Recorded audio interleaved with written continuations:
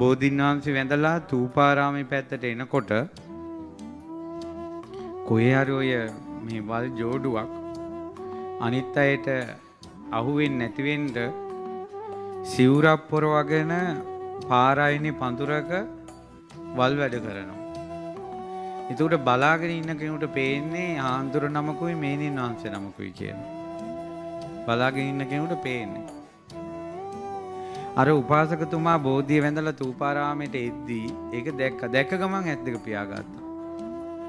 උපාසකවරුන්ට මේ දකින්න හොඳ නැහැ.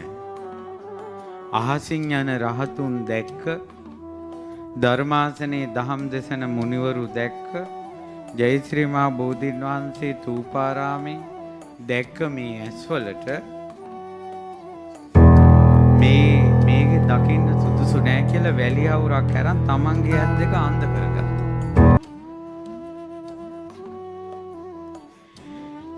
ඊට පස්සේ මෙයා පාරේ වැටුණා.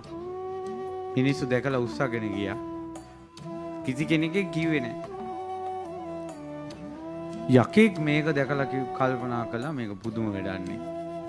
රාත්‍රියේ යකා අර ඇස්සන්ද උපාසක මහත්තයා ළඟ පහළ වෙලා කියනවා උපාසකය උඹ මොකටද ඇස්සන්ද කරගත්තේ? උඹ නරක වැඩ කළේ.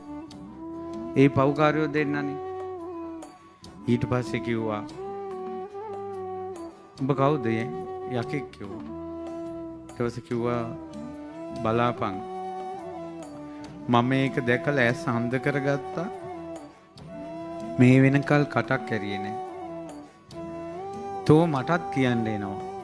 ඵල යන්න මෙතනින් කියලා පන්නගත්තා.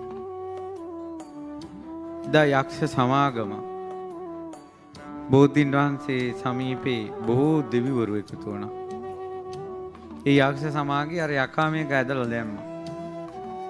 මේ දෙන්නෙක් මෙහෙම කරපු දෙයකට උපාසකෙක් අන්ධ කරගත්තා.